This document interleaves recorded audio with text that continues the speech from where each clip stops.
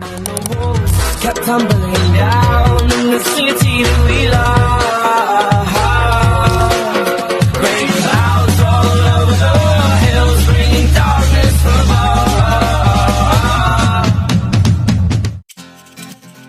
Hi everyone, today I'm sharing one of my simplest ways to unwind, the beach. Whenever life feels too loud or heavy, this is where I come to breathe a little deeper, slow things down, and just be me. No rushing, no expectations, just me and the moment. Even the journey towards the beach feels like part of a calm. Riding with the wind on my face, watching the road stretch ahead, it feels like leaving the noise behind, 1 mile at a time. Tinatawag na tayo ng bundok.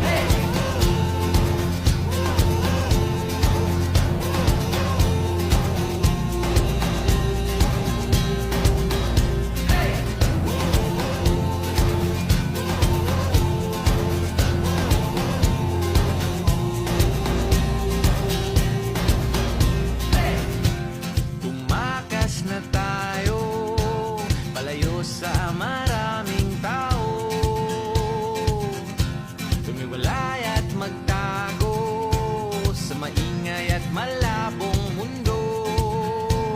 Bumubulong ang hanging habagat at hampas ng alon. There's something about the sea that instantly quiets my mind. The wide horizon, the steady rhythm of the waves. It gently reminds me that not everything needs to be rushed. The ocean takes its time, and somehow, everything still ends up where it needs to be.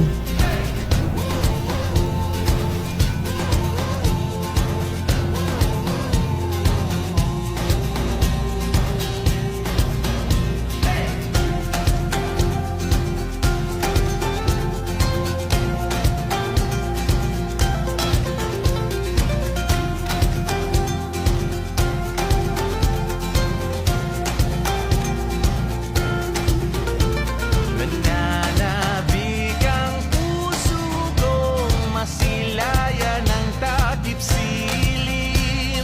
Nauuhaw ang kaluluwang makita ang bukang liwayway.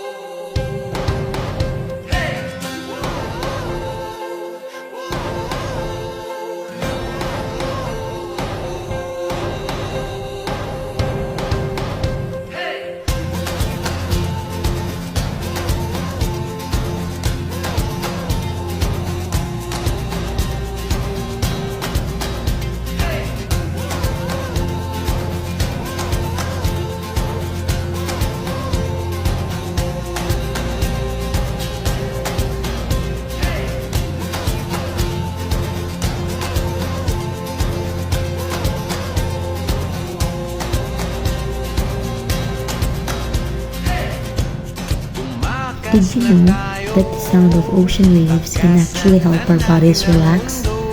It slows the mind, eases stress, and feels a lot like meditation. Maybe that's why I always leave the beach feeling lighter, calmer, and a little more myself.